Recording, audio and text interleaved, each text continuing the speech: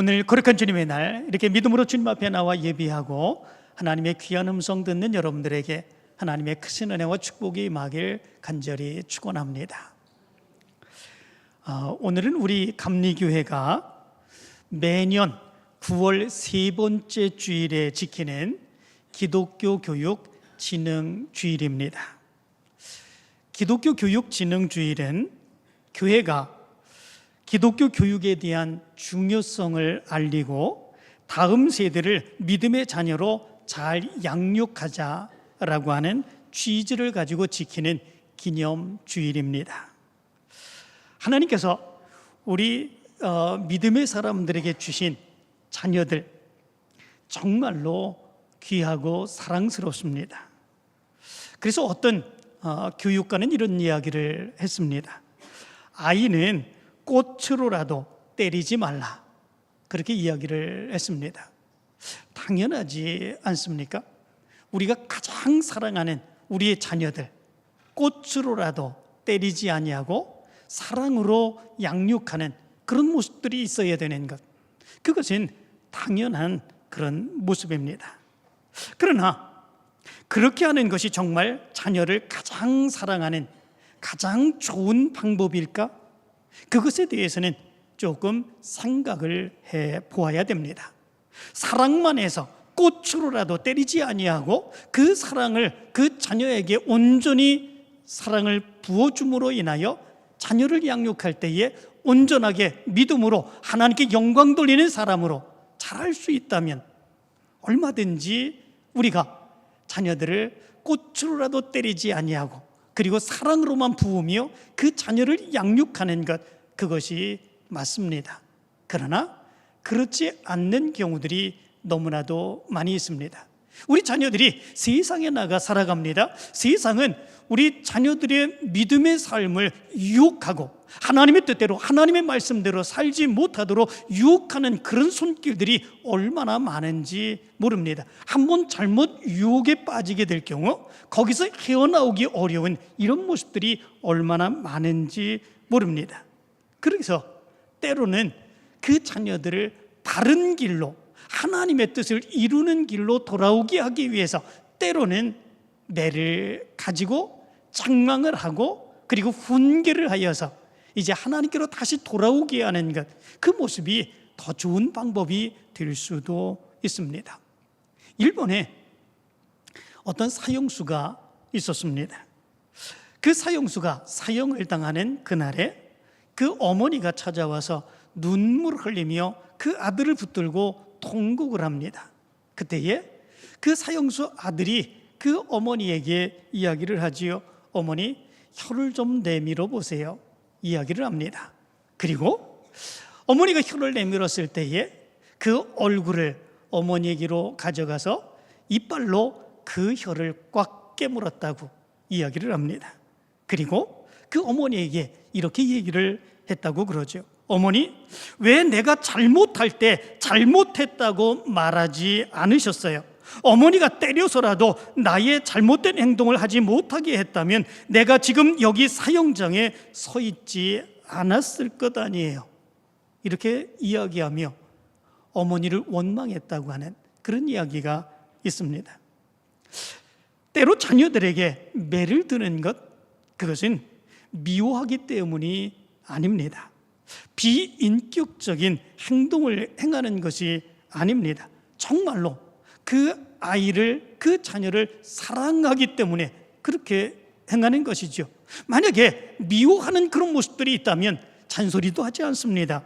미워하는 그런 모습들이 있다면 때리지도 않습니다. 미워하는 그런 모습들이 있다면 차라리 방임하고 아무런 조치도 취하지 않는 그런 모습들이 있는 것이지요. 그러나 사랑하기 때문에 그러지 않습니까? 사랑하기 때문에 때로는 그 자녀에게 듣기 싫은 말을 행하는 것이고 때로는 매를 가하는 그런 모습들도 있는 것이고 때로는 소리를 지르며 훈계하는 그런 모습들이 있는 것이지요. 사랑과 미움을 구분할 수 있는 그런 모습들이 있어야 되는 것이죠. 그래서 오늘 성경 13절의 말씀은 이렇게 말합니다. 아이를 훈계하지 아니하려고 하지 말라. 책찍으로 그를 때릴지라도 그가 죽지 아니하리라. 이 말씀은 아이를 죽을 만큼 때리라고 하는 그런 이야기가 아니죠. 당시 책찍은 짐승이나 노예나 죄수나 이런 사람들을 다스리던, 그런 것들을 다스리던 그런 도구입니다. 인격적으로 행해서는 바르게 행하지 못하는 그런 것들을 책찍으로 때려서 바르게 일하게 만드는 그런 도구가 책찍의 모습이죠. 그러나 그리할지라도 그 아이가 바르게 자라게 하기 위해서 짐승이나 노예나 그리고 죄수들에게 사용하는 책찍을 통해서도 그 자녀가 바르게 자라기를 원하는 그런 마음에서 바로 그것을 사용하도록 얘기하고 있는 것을 보게 됩니다. 그래서 14절은 이렇게 이야기합니다. 네가 그를 책찍으로 때리면 그의 영혼을 스올에서 구원하리라. 이렇게 말씀해 주고 있습니다.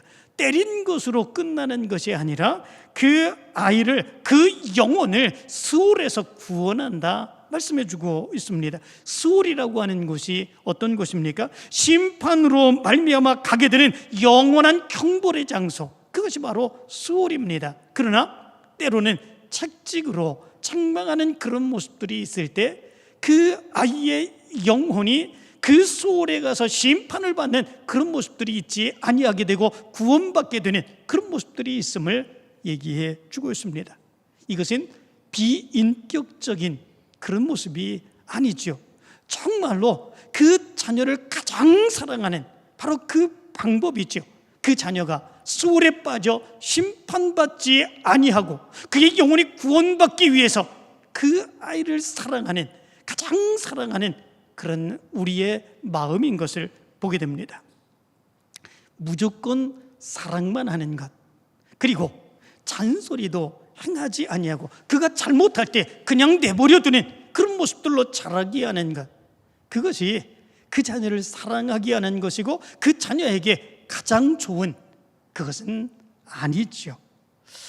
한국 영화에 엄청난 흥행을 했었던 그런 영화 하나가 있습니다. 친구라고 하는 그런 영화입니다. 이 영화는 80년대 젊은 사람들이 어떻게 이렇게 안 좋은 길, 족복 같은 그런 삶의 길로 들어가서 생활하는가라고 하는 것들에 대해서 이렇게 영화로 만들어 방영을 했죠. 엄청난 인기가 있었습니다. 그 주인공이 장동건, 유호성 이런 주인공들이 나왔었죠. 그런데 거기에서 이 준석이라고 하는 그런 친구가 그런 이야기를 합니다. 내가 중학교 때 가출했었는데 집에 돌아왔을 때 아무도 한마디도 하지 않았다. 그때 어른 중에 누가 옳은 말을 한마디만 해주었어도 나는 이렇게 되지 않았을 것이다. 그렇게 이야기를 합니다.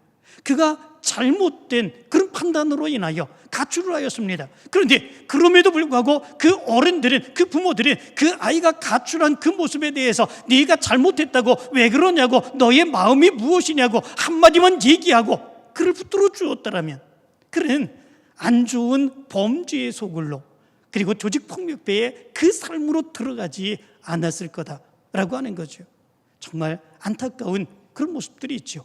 잘못했을 때 그를 때로는 사랑으로 책망하고 붙들어주는 것, 그 모습이 얼마나 중요한 그런 모습들이 있는지 모릅니다. 그런데 성경 말씀 가운데 보면 믿음의 위대한 사람들, 우리가 생각할 때에 그런 사람들이 다 자녀 교육에 있어서도 참 잘했을 거다 이렇게 생각하는 경우들이 많이 있습니다. 그 사람이 믿음의 사람입니다. 그 사람이 하나님을 잘 섬기는 사람입니다. 하나님의 말씀대로 살아가는 사람입니다. 그렇기에 그 사람들이 그 자녀에 대해서 얼마나 교육을 잘하고 믿음의 일꾼으로 잘 양육했을까, 우리 이렇게 생각을 합니다. 그런데 때로는 그렇지 아니합니다.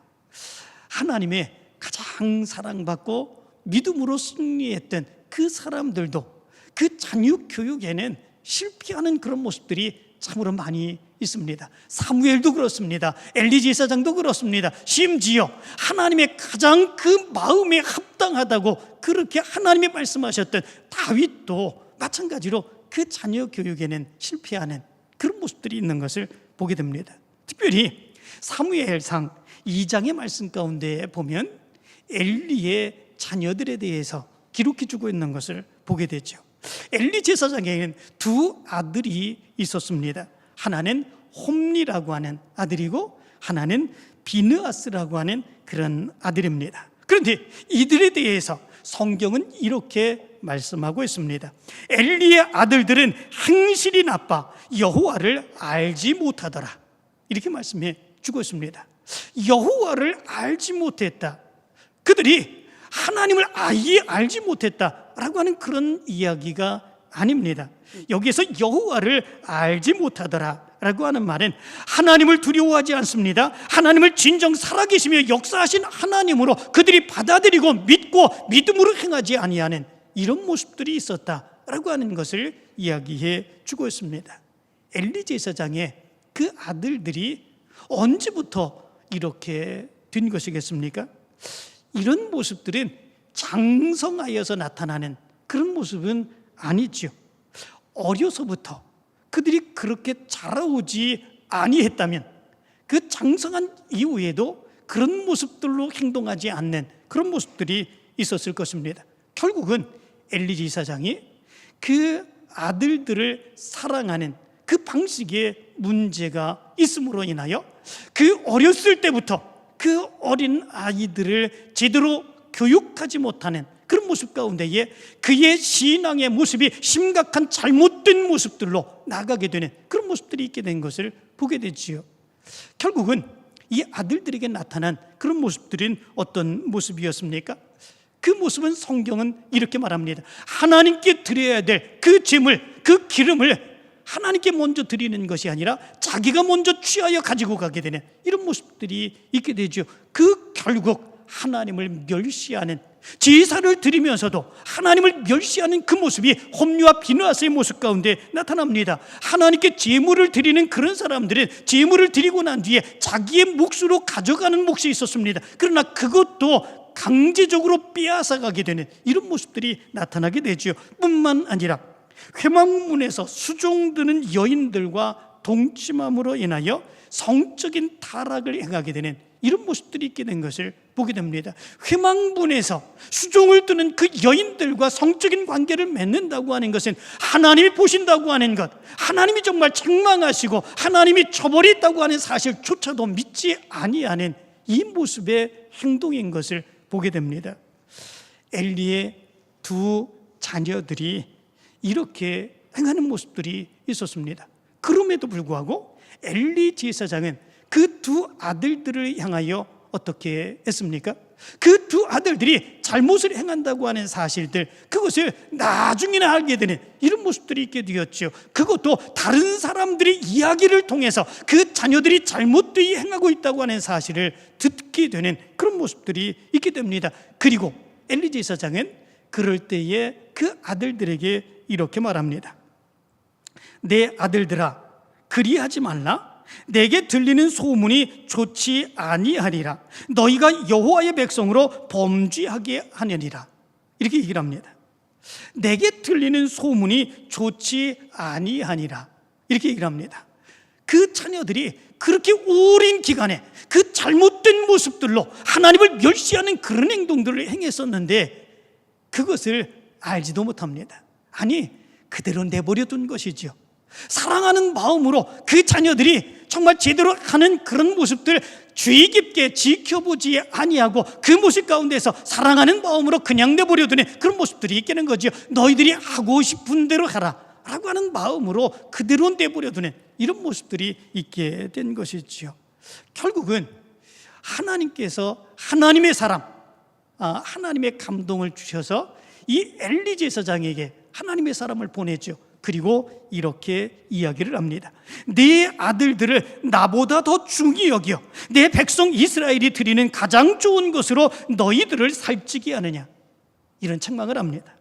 그렇게 행한 이유가 무엇입니까? 네 아들들을 나보다 더 중히 여겨.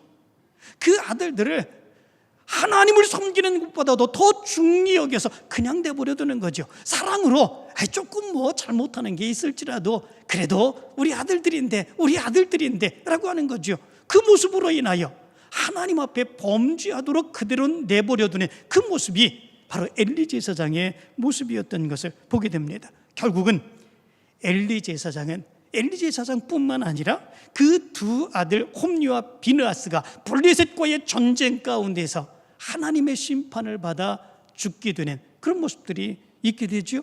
엘리 제사장은 그 전쟁 가운데서 이제 하나님의 언약궤를 빼앗기고 두 아들이 죽었다고 하는 소식을 의자에 앉아서 들었다가 뒤로 넘어져 목이 부러져 죽게 되는 이런 모습들이 있게 되죠. 정말로 안타까운 그런 모습들이 있게 됩니다. 사랑인 줄 알고 그 자녀들이 그냥 행하는 대로 사랑스럽게 그냥 내버려 두고 그렇게 행한 결과 결국은 하나님 앞에서 범죄하고 하나님의 살아계심과 역사하심도 믿지 아니하는 바로 그런 자녀가 되고 결국은 하나님의 심판을 받을 수밖에 없는 이 모습이 엘리 제사장들의 모습인 것을 보게 됩니다. 그것은 사랑이 아닙니다. 그것은 그 자녀를 나쁜 길로 가게 되는 그런 모습들, 그냥 방임한 결과가 있죠. 이스라엘의 위대한 왕 다윗도 마찬가지로 그런 모습들이 있는 것을 보게 됩니다. 사도행전 13장 22절의 말씀 가운데 보면 이렇게 말합니다. 내가 이새의 아들 다윗을 만나니 내 마음에 맞는 사람이라 내 뜻을 다 이루리라. 하나님의 마음에 꼭 맞는 사람, 그 사람이 누구입니까? 다윗입니다. 다윗은 정말 힘들고 어려운 가운데서도 하나님을 원망하지 않았습니다. 아무리 어려운 가운데도 하나님께 부르짖으며 하나님께 맡기며 믿음으로 승리했던 사람이 바로 다윗이었습니다. 그런데 그 다윗도 자녀를 양육하는 일에서는 실패하는 그런 모습들이 있었던 것을 보게 됩니다. 특별히 그 아들 압살롬을 사랑하는 일에서는 더 크게 그리했던 것을 보게 되죠. 이 압살롬에는 자기 친누이가 있었죠. 그 누이는 다말입니다. 그런데 배달은 형인 암논이 이 다말을 마음으로 사모하게 됩니다. 나중에는 이 다말을 이제 욕보이게 되는 그런 모습들이 있게 되죠. 욕보이고 난 뒤에 그의 마음이 식어버림으로 이 다말을 버리게 되는 이런 모습들이 있게 됩니다. 그 이야기를 다윗이 듣게 되지요. 그런데 그 모습 가운데서 다윗은 분노만 하고 다른 징계, 다른 처분을 행하지 아니하는 이런 모습들이 있게 됩니다. 그의 오라비인 압살롬이 그 모습을 가지고 그의 마음에 적개심을 갖게 되는 그런 모습들이 있게 되죠.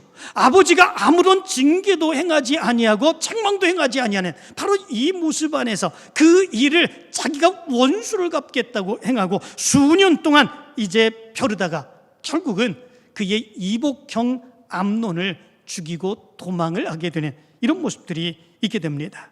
그때에 압살롬에 대해서 그 다윗은 어떻게 행합니까? 성경 말씀 가운데 보면 이렇게 말합니다. 압살롬은 도망하여 그술왕 암미훌의 아들 딜메에게로 갔고 다윗은 날마다 그의 아들로 말미암아 슬퍼함이라. 압살롬이 도망하여 그술로 가서 거기 산지 3년이라. 다윗 왕의 마음이 압살롬을 향하여 간절하니 암논은 이미 죽었으므로 왕이 위로를 받았음이더라.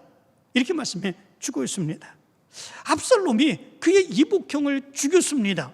그렇다면 그가 행한 일에 대한 합당한 처분을 행하는 이런 모습들이 있어야 되는 것이죠. 그런데 압살롬이 도망하였습니다. 도망하였다고 그가 그 멀리 다른 데로 가서 어떻게 살아갈까 그 아들을 생각하며 슬퍼하고 있는 그런 모습들이 있습니다. 그리고 그 아들을 간절히 보고 싶어하는 그런 마음이 바로 이 다윗의 마음 가운데 있게 됩니다. 정말 안타까운 그런 모습들이 있죠. 그런데 그 다윗의 마음을 알고 요압이라고 하는 장군이 압살롬을 가서 데리고 오게 됩니다. 데리고 왔을 때에도 그의 얼굴을 보지 않습니다. 그를 그의 집으로 물러가게 하여 내 얼굴을 볼 수 없도록 하여라. 다윗이 그 아들을 향하여 그를 받아주든지 아니면 권면하든지 어떻게 살라고 얘기하든지 그렇게 얘기해야 되는데 그러하지 않냐고, 그를 그의 집으로 보내서 내 얼굴을 다시는 보지 못하도록 해라, 그렇게 이야기하고 맙니다. 그 모습 가운데 오히려 이 압살롬은 아버지에 대한 적개심을 갖게 되는 그런 모습들이 있게 되죠. 그리고 그 아버지에게 반역을 행하는 그런 모습들이 있게 됩니다. 백성들의 마음을 다 자기에게로 돌리게 되는 그런 모습들이 있게 되지요. 그리고 아버지의 후궁들을 사람들이 보는 앞에서 자기가 범하게 되고, 그리고 아버지를 죽이기 위해서 쫓아가게 되는 이런 모습들이 있게 되지요. 결국은 어떻게 됩니까? 다윗의 장군 요압에 의해서 이 이제 아들이 죽임을 당하게 되는 이런 모습들이 있게 되죠. 그 모습을 알게 된 다윗은 어떠하겠습니까? 자기를 죽이려고, 아버지를 죽이려고, 그리고 후궁들을 멸시하며 그렇게 해서 자기를 죽이려고 쫓아왔던 이 압살롬, 그 아들이 죽었습니다. 그런데 그 아들이 죽었다고 이 다윗 왕이 행한 그런 모습들, 성경 말씀 가운데 보면 그것을 이렇게 이야기합니다. 왕의 마음이 심히 아파 문 위층으로 올라가서 우니라. 그가 올라갈 때에 말하기를 내 아들 압살롬아, 내 아들 압살롬아, 차라리 내가 너를 대신하여 죽었다면 압살롬 내 아들아 하였더라. 이렇게 말씀해 주고 있습니다. 그리고 또 이렇게 말합니다. 왕이 그의 얼굴을 가리고 큰 소리로 부르되 내 아들 압살롬아, 압살롬아, 내 아들아. 정말 그 아들이 죽었습니다. 그런데 그 아들이 잘못한 그 모습에 대해서 책망하지도 아니하고 그 아들이 행한 그 모든 것들을 다 받아주고, 잘못한 그런 모습이 있을지라도 그렇게 행함으로 인하여 결국 그가 죽음을 당하게 되었는데, 그 아들 죽었다고 그 아들을 생각하며 압살롬아, 네 아들 압살롬아 울부짖는 그 모습들, 맹목적인 사랑 아닙니까? 정말 그 아들이 무슨 일을 행한다고 할지라도, 무슨 짓을 행한다고 할지라도 다 그냥 받아주는 그 모습. 그 아들이 죽었는데 그 모습으로 인하여 너무 슬프고 괴롭다고 울부짖는 이 마음의 모습들, 이것이 그 아들 압살롬을 사랑했던 바로 다윗의 모습이었습니다. 압살롬 정말 훌륭한 아들이죠. 그렇지만 다윗이 그 아들을 사랑하는 그 방법은 잘못된 것입니다.